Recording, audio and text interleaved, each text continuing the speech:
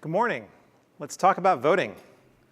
This is a security conference, so you're probably expecting my first slide to be something about all the disasters that happened in the last election. Some scary slide about voting machines like punching the voter after they tried to vote or something completely crazy, right? But that's not what I want to talk about today. What I want to talk about today is the fact that voting is magical. When you think about all the activities of the human race, the idea that we come together, ideally, as one people, and no matter our differences on immigration policy and social policy and economic policy, we agree on one thing, which is that we should come together and let the will of the people designate our leaders. This is amazing, because when we do that, we don't have a referee. We don't have a trusted third party we can ask to tally the election, hopefully, right? We don't have any of these typical mechanisms that exist in other activities. We have to come together and figure out a way to get the true will of the people expressed. Gloria Steinem talks about the voting booth in poetic ways, and my favorite quote is this: "The voting booth is the only place that a pauper equals a billionaire and any woman equals a man." And that's important, right? This choice we make that each one of us has the same voice. Critically important. And to get the will of the people, we have to get the will of the individual, the true will of the individual. Not an opinion influenced by somebody else, not coerced. We come to the voting booth, and it's just us and the ballot. And we express our true desires. And the secret ballot is so immensely powerful and so critical to voting that if anybody asks you a question about, hey, why is this part of voting so hard and complicated, you can pretty much answer, because the secret ballot. And we're going to talk about that. The secret ballot is the crux of everything we do in voting. Now, around this secret ballot, we have this notion in our heads, this kind of pure, all-natural idea about how voting should work. And it looks something like this. You step into the voting booth, you draw the curtain, it's you and the ballot. You have one nice question, 4 or 5 options. You pick the option you want. You take your ballot, you put it in a ballot box. Everybody's watching, making sure that only authorized people are putting ballots in the ballot box. And at the end of the day, we open up the box, and with many observers around, we count all the ballots, and out comes the answer. So that is our idealized, all-natural, organic voting system, if you will. Over the last few years, I've been thinking a lot about voting systems, and most recently about how to actually build voting systems that we use. So how do we translate this organic, all-natural idea of voting into a voting system, a secure voting system that people will actually use? And for the purposes of this talk, the voting systems are, you have to keep in mind that they're more than casting and counting. There's registration, there's certification of voting machines, there's dozens and dozens of topics. We only have 20 minutes. We'll focus on casting and counting, and if you want to talk about other topics, I'm free at the break, of course. So what does it take? Here's what I think it takes. 4 key thoughts. The first, paper ballots, scanners, and post-election audits are settled topics. We'll talk about what that means. Online and blockchain voting are not reasonable solutions to the problem. Vote by mail and device versus hand-marked paper ballots are important topics that still merit debate, and we'll talk about that. And finally, accessibility should not be a separate but equal concern. It should be a core concern to everything we do in voting. So let's jump right in and understand what we mean. Paper ballots, scanners, and post-election audits. Paper ballots. Why should we have a paper ballot? You're all security folks. You understand, there's so many ways we can hack computers, et cetera. How do you explain the notion that the paper ballot is so critical? The paper ballot is the only way that we know to let a voter verify their ballot privately. This is critical.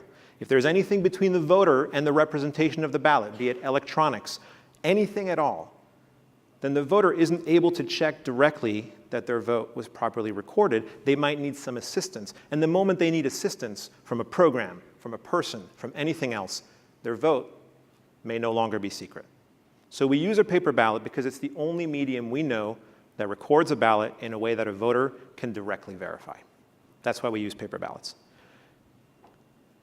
Why do we use machines for counting? In our ideal voting system, I talked about how we have this nice simple question, right, with 5 options.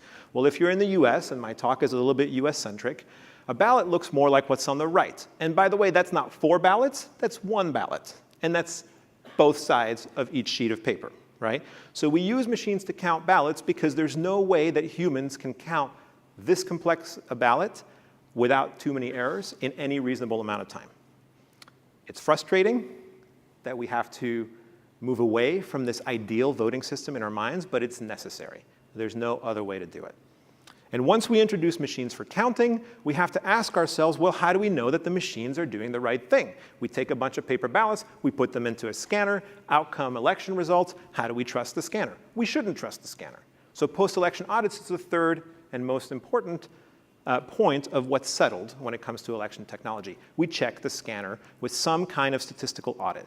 You may have heard of risk-limiting audits. I can tell you more about that at the break. There's increasingly new methods that help us get a sense by basically sampling the paper ballots that the scanner did the right job. And there's also some fancy cryptographic methods where the usability is still something we're working on. But the point is, we use audits to check the scanner. The scanner's there for speed, and if it's working well for good outcomes, but we check it. All right. So these things are settled. If you're talking to somebody about elections, paper ballots, scanners, and post-election audits are basically the table stakes features we need.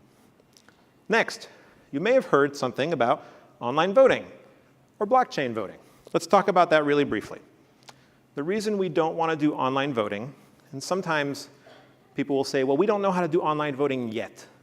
Maybe next week, one of us will invent something magical that will suddenly enable online voting. I don't think so. I think that we are stuck for a very long time without knowing how to do online voting.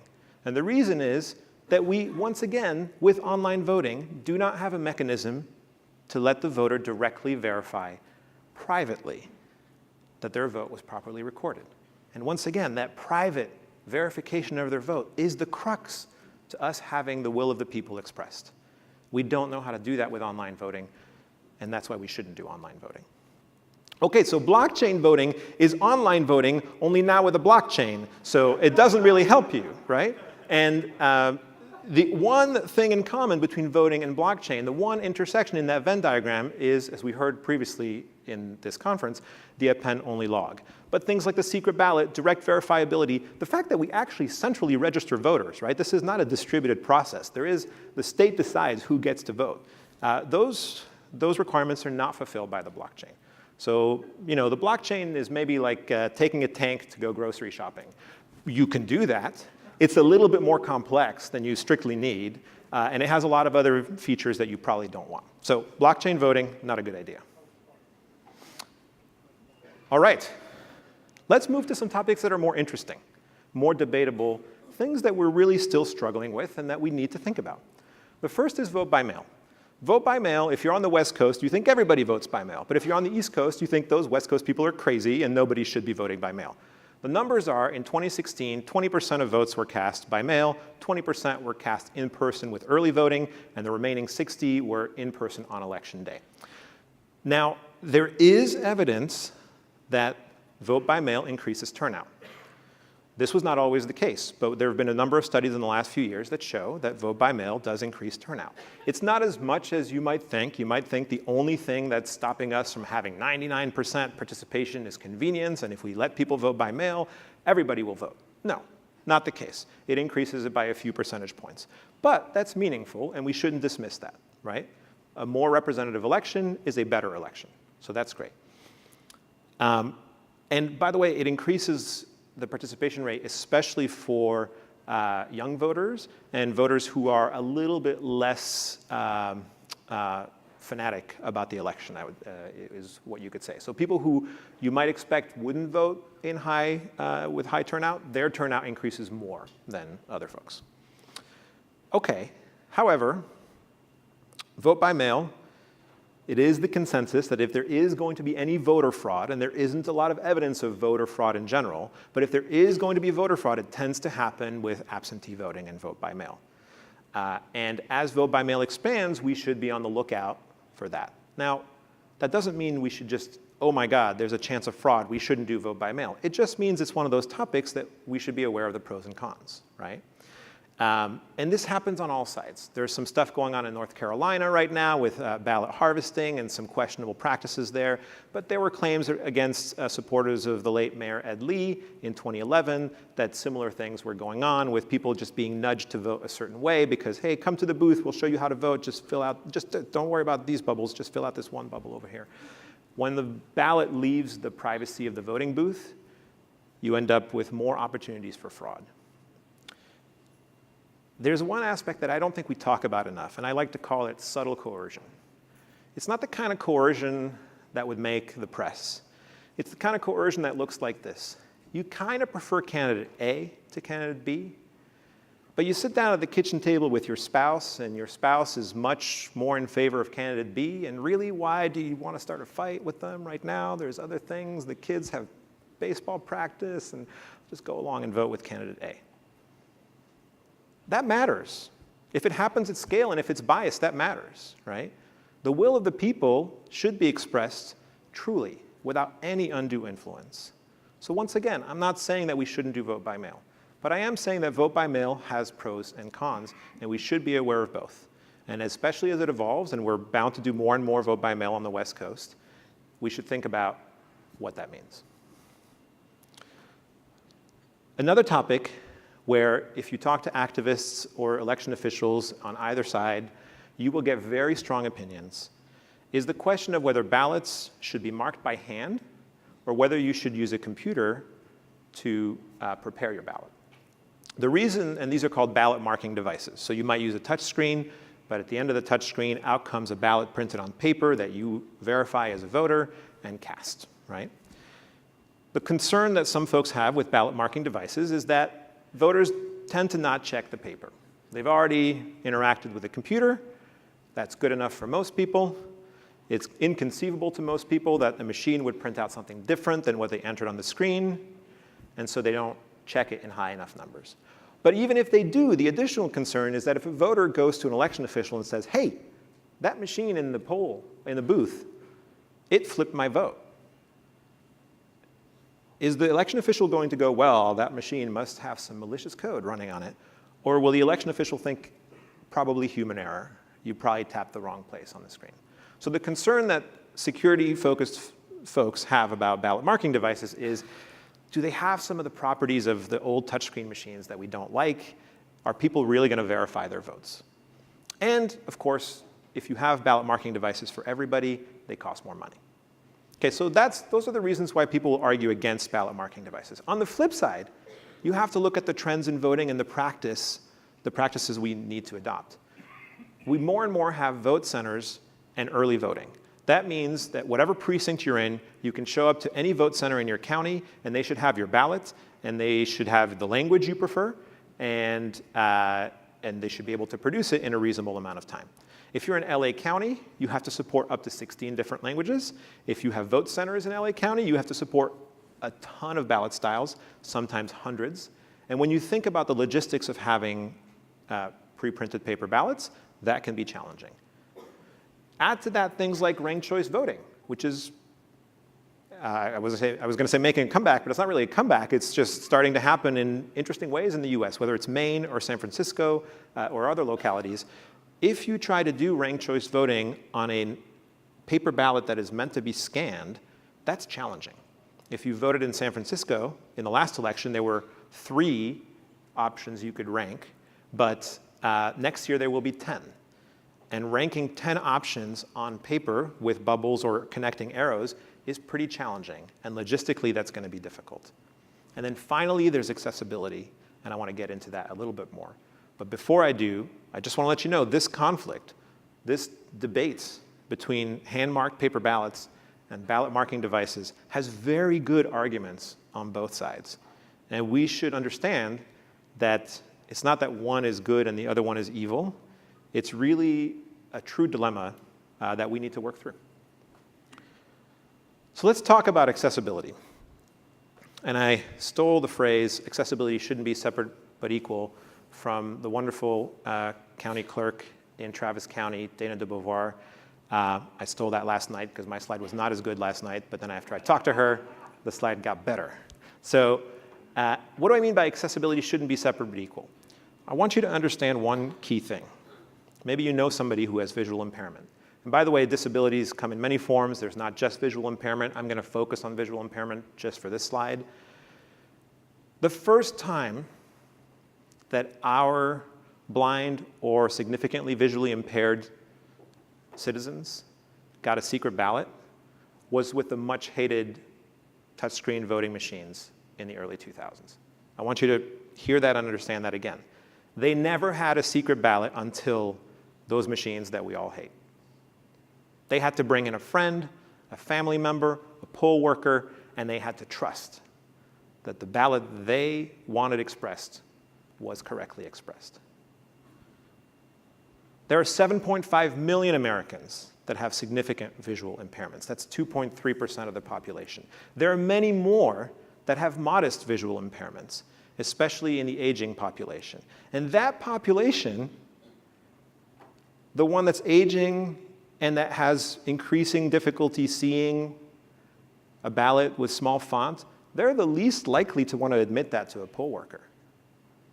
It's a pretty inhumane thing to ask somebody to say, oh, by the way, I can't read, to a stranger, I can't read that anymore. Can you give me the special equipment over there? And asking people to forgo ballot privacy, I don't think is fair. So usually the answer we give is, let's separate it. We have one system over here for people who have good visual abilities and one system over here for people who don't. Again, you're asking lots of people to admit that up front. And the additional thing you're doing is that machine up over in the corner is going to be in disrepair. They're not going to be updated. They're going to be gathering dust. Poll workers aren't going to know how to use them.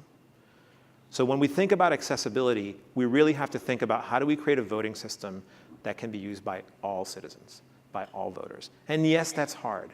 And yes, it's much harder than the idealized, all-natural, organic voting system that we have in mind.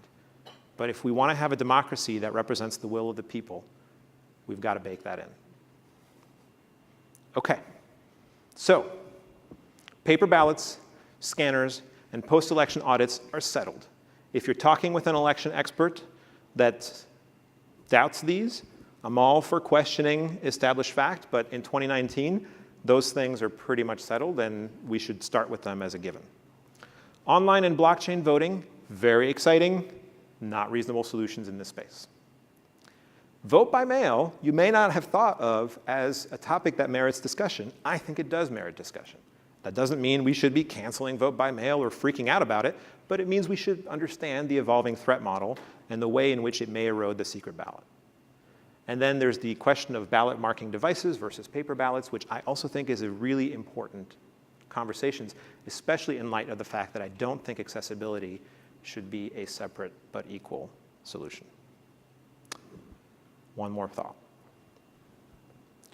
The mission of democracy ignites many passions, and that may be the biggest understatement of my talk. When there is this abstract mission that we have, that we want to make democracy better, it's really hard to grasp this abstract notion. So we try to make it more concrete. To some of us, it means paper ballots everywhere. To others of us, it means accessibility as the #1 priority. But we try to take this abstract, grand mission and turn it into something we can fight for very pragmatically, concretely. And then we look at somebody across the aisle, doesn't even have to be across the political aisle, it can just be across the conference aisle, and we see that that person has taken that mission and made it concrete in a slightly different way. And we look at that person and we say, that person must be a traitor to democracy because they didn't understand the mission in the same way I did. So the one thing I want to leave you with is that in the 20+ years that I've spent thinking about elections, I have yet to meet somebody who doesn't want to help the will of the people be expressed. Whether they're arguing back in the early 2000s about the beauty of operating touchscreen voting machines, or whether they're arguing for hand-marked paper ballots, everyone in this space that I have met is trying to build a better democracy. And I think we need to have a little bit more empathy for each other and understand that this is a complex and messy problem, that voting, building a great voting system, is as complex and messy as democracy itself. So let's engage on all the issues, but let's make sure we're working together, because this is one of the hardest problems that we have to solve as one people. Thank you.